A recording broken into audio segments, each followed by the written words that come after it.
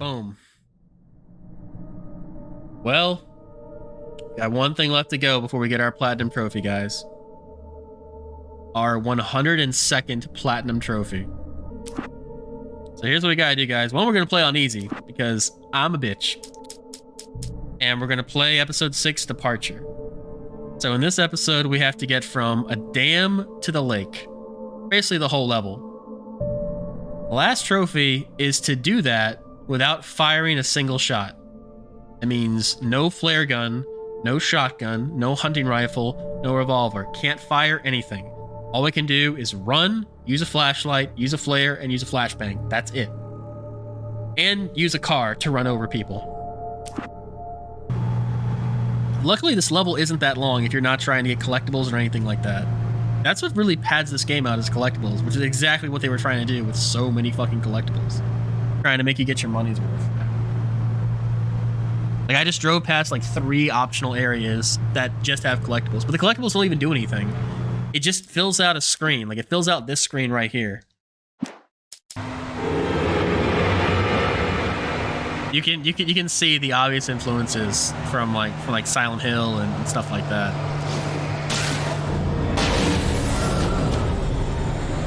Based on the signature in the motel register, Agent Nightingale had stayed here in room number 2. This game is consistently overestimating the interest I have in like side characters. Like, yeah, I don't care. See, luckily, I don't have to go in any of these buildings, so I can just skip all of them. I can just drive around here and keep on going. I don't have to stop for anyone. I don't have to get the literal 7 collectibles that are in those 2 buildings. I'm not even kidding. There is an abusive amount of collectibles in this game. It's almost like a parody of collectathons.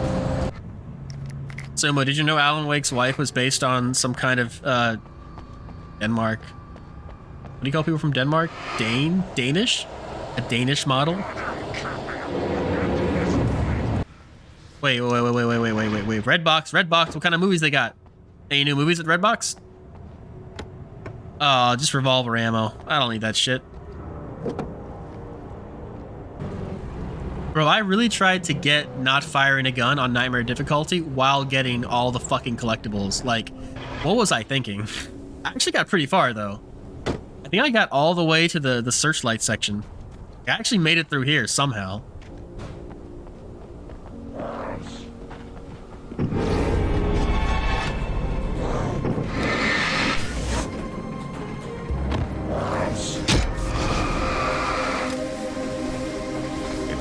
Get out! God, I wish I could kill you. Oh, hey, another thing I can't use. Why'd I go up here again? Oh, yeah, to get that thing.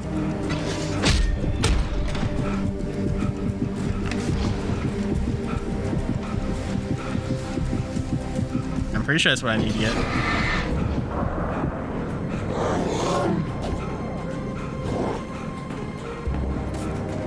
Stay in the light! Oh! Is the door open? Door is open. Ooh, you see that? You see that? Through the horrors of the night, I had to flick an old battered light switch imbued with childhood. I'm just gonna throw out a bunch of flares and just push while the flares hold them back. I had to save my... I'm not even gonna try to fight them. She was being held in.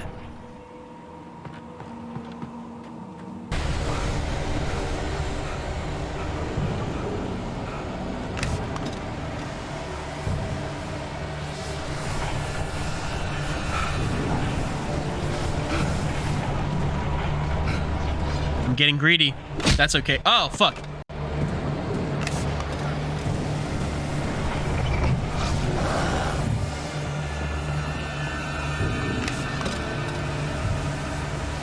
Damn it.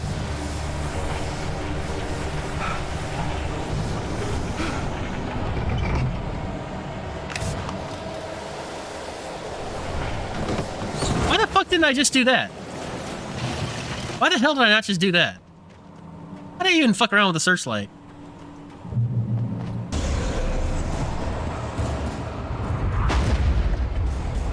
If you were Alan Wake, what would be your one-liner when you shine a light in a demon at the last second? I would say, look on the bright side. Look on the bright side! Lighten up! Don't get any bright ideas! Shit. Not very bright, am I? Your light hand comes off? Nice. It's flares! Hey, chin up, Alan. Your ship has come in. You need to look on the bright side of things. You have a very bright future. You know, I've heard the phrase, blinded by the light, but this is just a bit ridiculous, you know? Hey, come on, baby. Light my fire. How do you like your eggs? Sunny side up. You know, my future's so bright, you gotta wear shades. Hey, hey. It's gonna pop soon. It's gonna pop soon. We're almost to the lake. It's gonna pop soon. It's gonna pop soon, guys. This is the lake. Alice never loved you.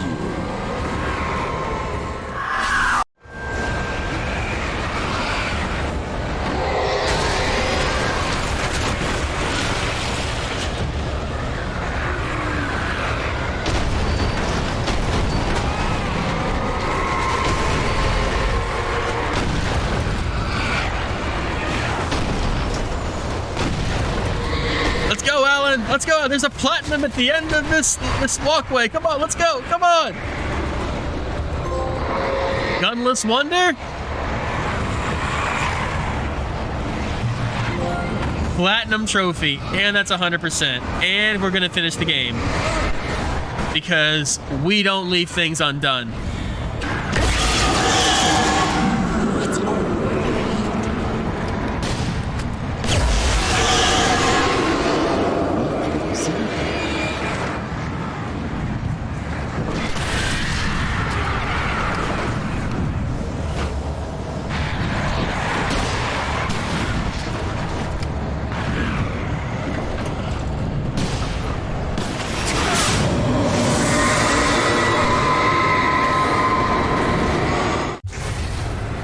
There's a little bit more. But not only are you going to get to see the platinum pop and the 100% pop, you're going to see the end of the game. You continue the Remedy Marathon and find out. I played Control, but I only played it one time. I don't remember much about it. I remember it had amazing atmosphere, and it was basically like playing through SCP. And I don't know if you ever like sat down and listened to like hours of SCP videos on the internet, but it fucks with your head a bit. Which is exactly the impression I got when I played Control. It just like fucks with your head a little bit. As much as I like Alan Wake, I never really... It always kind of felt like a video game to me, if that makes sense. And it was probably kind of like the hammy voice acting and like how goofy and how cheesy it was. Like, in concept, it's really, really good, if not amazing. But there were just like little things here and there that like, oh yeah, I'm playing a video game that was made in 2010. Alan Wake Remastered. Okay, the credits. All right, what is there to say about Alan Wake? You should play this game. You definitely play this game. Sumo, I'm glad you're here. Thank you for recommending this game, and thank you for basically like daring me to buy it. Oh yeah, I bought this game for $7.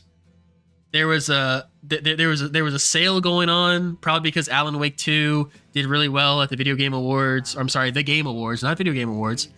But I've never seen a fucking tabletop game win anything in there. But that's beside the point.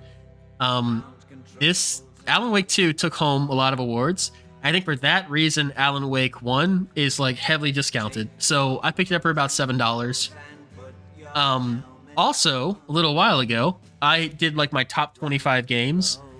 And I asked, yeah, Major Tom, yeah.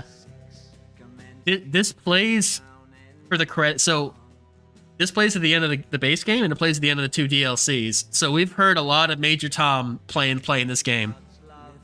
But yeah, but Sumo did his top 25 games. He included Alan Wake. For like almost 10 years, Alan Wake lived in my head as that game that Yahtzee made fun of. That was it. That was like the beginning and end of my knowledge of Alan Wake. And then I played a little game called Control.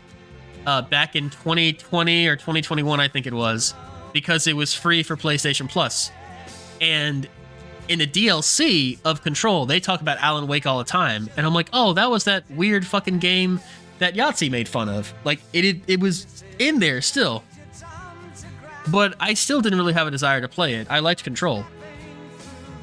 It wasn't until Sumo mentioned it was like one of his top 25 games ever, and I was like, oh yeah, really? Because Sumo's played a lot of games, and he usually has pretty good taste in games. So I was like, you know what? Fuck it, let's try it out.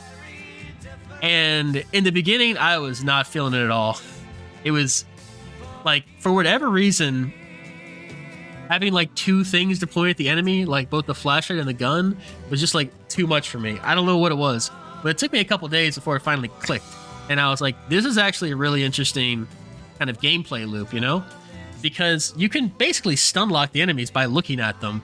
But, you know, like, how much battery do I have? How long can I do that?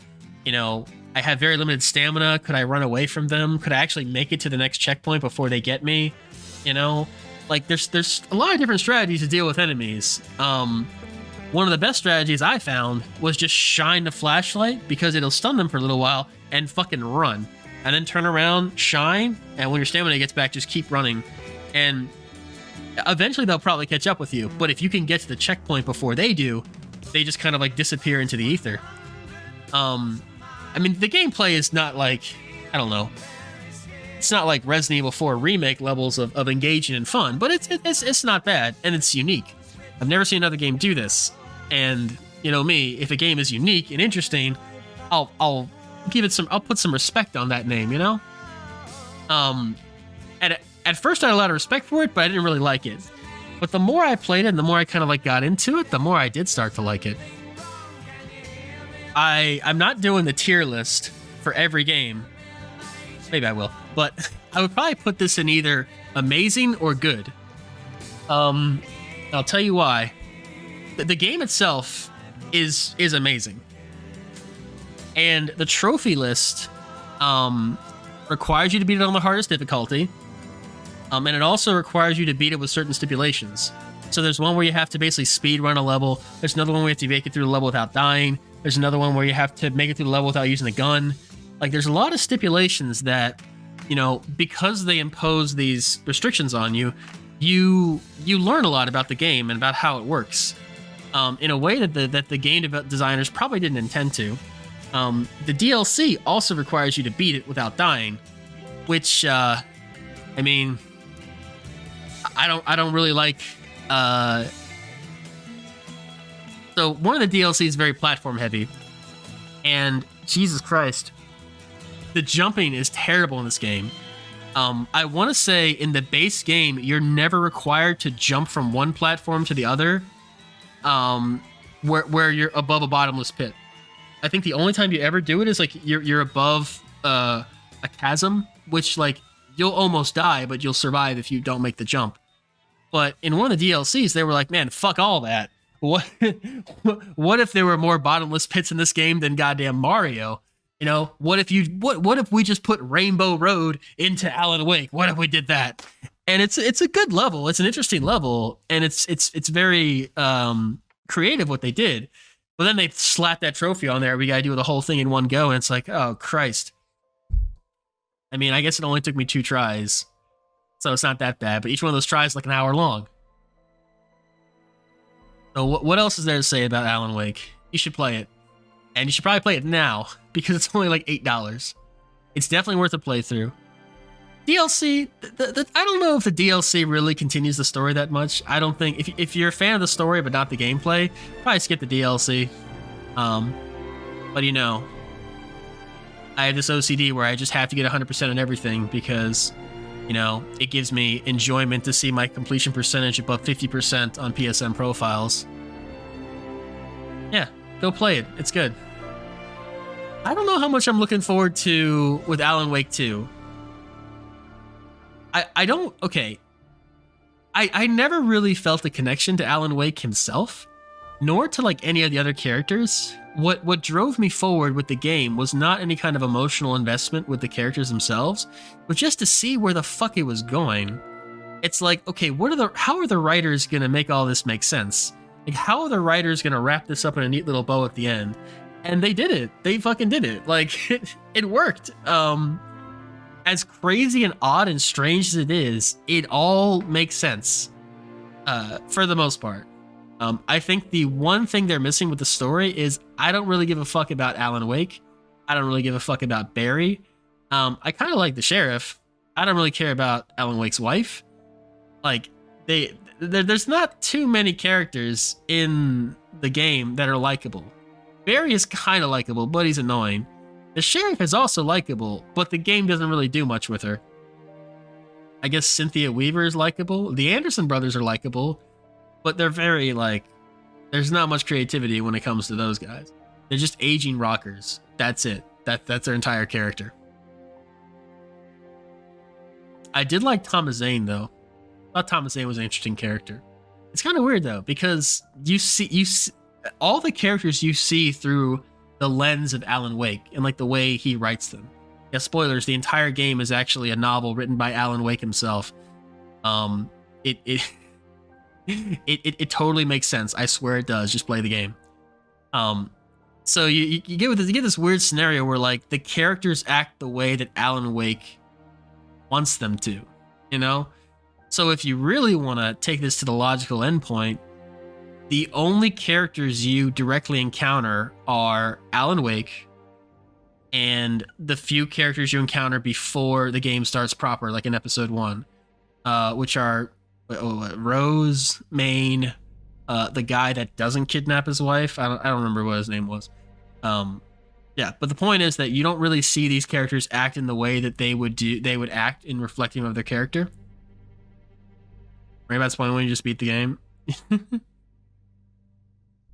I mean, for me, the appeal of the game was like, where are they going with this? Like, why? What are you doing with this? Where's this all going? Like, what's really happening? Like, that was what drove me forward in the game. Because I was a bit cynical about the whole thing. I was like, there's no way it's going to make any sense. Like, there's no way they're going to be able to wrap it up in a satisfying way. And I think they do. I think they do wrap it up in a satisfying way. But at the same time, I didn't really care about the characters. Which, like, when it comes to video game stories, I'd probably rate it like maybe a 7. Like, it being very creative and unique bumps it up pretty high, but the fact that I don't really care about any of the characters, even after all this time with them, it's like, yeah. I mean, Alan Wake himself, like, who Alan Wake is as a character, the way he portrays himself, like, there's basically no moment in the game where you're able to see how Alan Wake acts without his own kind of, like, filter over it, because most of the game is him writing about himself. The only time you really get to see how he acts is the very brief period of time when they get to the town and before they get to the island. And I don't know, he kind of seems like a normal guy, I guess. Yeah. He's a huge jerk to his wife. Oh yeah, in that brief section I'm talking about, he just starts yelling at his wife, you know, because she has a typewriter in there and she thinks, oh, this might be a good time for you to, like, get some writing done. And he's like, God damn it, rah, rah, and he starts yelling at her. And it's like, he's not the best dude. He's kind of a dick, you know? I think you're supposed to grow to care for him the more you spend time with him, but I didn't really get that impression. I think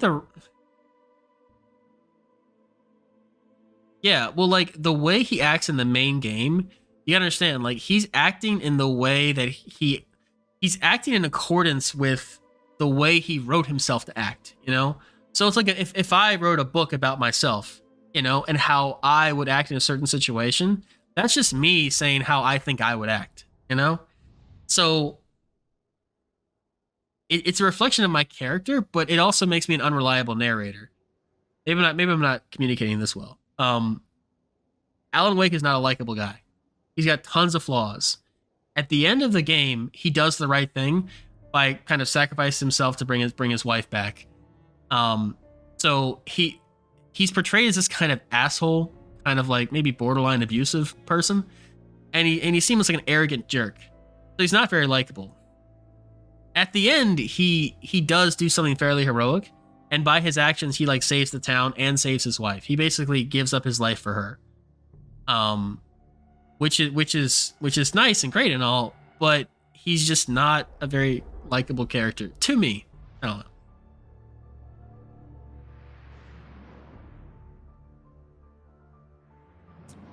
For better or for worse, I was comparing the story of this game to Life is Strange.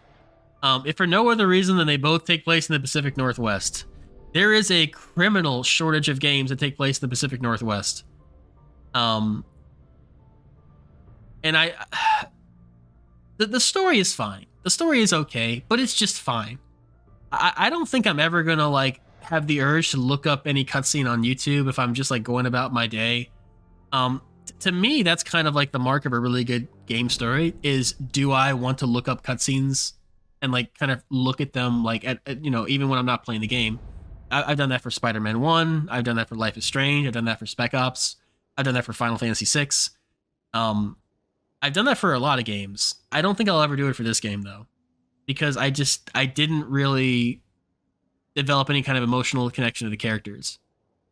Now, I'm not no spoilers for Life is Strange, but like watching the ending to this is probably gonna make me sound like a bitch, but watching the ending to Life is Strange, it like kind of chokes me up a bit, because as weird and awkward and selfish as Chloe and Max act in that game, I mean, they're teenagers, so like they get a pass. Alan Wake is in his 30s, so the way he acts is kind of like indefensible. But like, when you're a teenager and the world is kind of opening up in front of you and you're discovering things for the first time, you do sometimes make rash and just bad decisions, as Chloe and Max do in Life is Strange. The problem is that Max can use her powers of time travel, yes, time travel, to kind of fix those decisions, although she doesn't always fix things for the better. And like, that's kind of the point of Life is Strange, that sometimes you have to accept bad things and move on and try to live with it. I don't really know what the message of Alan Wake is. I guess it's believe in yourself. I don't know. I felt like the story was like, hey, here's this really weird fucking thing, and we're eventually going to explain it, and it's going to be a satisfying explanation. But like, that's it, And also, Alan Wake's an asshole, but by the end of the game, he'll get better. And it's like, okay. And like, at the end of the day, that's all it is. Maybe there's a bit more, but when you don't have that emotional connection to the characters, it's hard to care about what happens to them. I didn't mean to shit all over this game. I actually really like this game. One of the worst things you can do is one of the worst things you can do is just okay. I'm a big fan of Final Fantasy, right? Let's say Final Fantasy 16 comes out. Oh, because I'm a fan of Final Fantasy, I have to like it. That's not how it works. Like, I like Final Fantasy, but I'm also not blind to like shortcomings that certain games have. I like this game, but that doesn't mean I'm blind to its shortcomings. It's not a perfect game, It's not like I have any kind of loyalty to it. It's not like, oh, because I like it, everything in it is perfect and I wouldn't change anything. No. I don't know how I would change it exactly, but the characters are just not very likable. Alan Wake seems like kind of a shitty guy in a shitty situation. He eventually kind of pulls through and becomes a heroic character, but like, I mean, he's like punching doctors in the sheriff's office. He's running away from the cops. He pulls a gun on the sheriff in the last episode of the game, a sheriff that like has saved his life essentially, and like, helped him more than once. He just pulls a gun on her and says, I gotta do this by myself. And it's like, I get why you're doing that, but like, you're pulling a gun on someone that like helped you out. You didn't pull a gun on Barry. It's like, I don't know. He's just not a very likable guy. And the game sometimes goes out of its way to portray him as a very unlikable person. Like, even in the last episode of the game, when he has that hangover, he's just like snapping at his wife, and his wife's like, I don't want to fight, just please go back to bed. And he's just arguing with her, and it's like, this is our protagonist, you know, and he's just a fucking asshole. You know, I mean, yeah, I guess at the end he has this little heroic sacrifice, you know. I forget what the trope is, but like, when you have like an evil character and you want to redeem them, they like have to die. You know, because like Darth Vader, right? Like Darth Vader has this big heroic moment where he throws the Emperor into like the Death Star core reactor or whatever the fuck, right?